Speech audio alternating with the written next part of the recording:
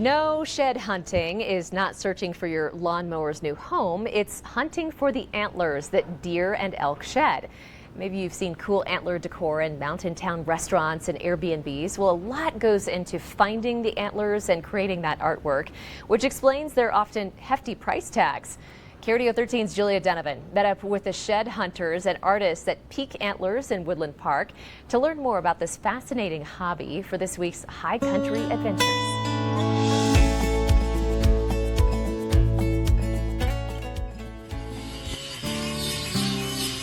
Here at Peak Antlers, every piece we do ends up having a pretty good story behind it. Family heirlooms come to life. Grandpa's antlers for one customer, and that'll stick with them for their grandchildren and on down. They use antlers from their customers or buy them off shed hunters to make and sell light fixtures, wall art, and furniture. The owner, Jeff Musgrave, used to work on motorcycles, but back in 2003, he found the antler market to be a little more lucrative around here and opened this shop.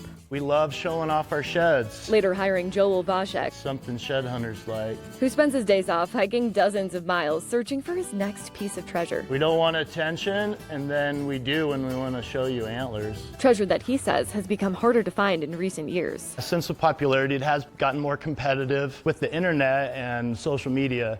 You know, it's exploded. So much so, a law went into effect in 2018 banning the collection of antlers on all public lands west of I-25 from January through April. It is understandable that to protect the animals and their winter habitat, you can't have people just walking all over the forest, disturbing the animals on that level. You gotta wait a little longer, but they're still out there and it's still fun. Antlers can go for up to $20 per pound. That means you can get as much as $800 for just one set of elk antlers.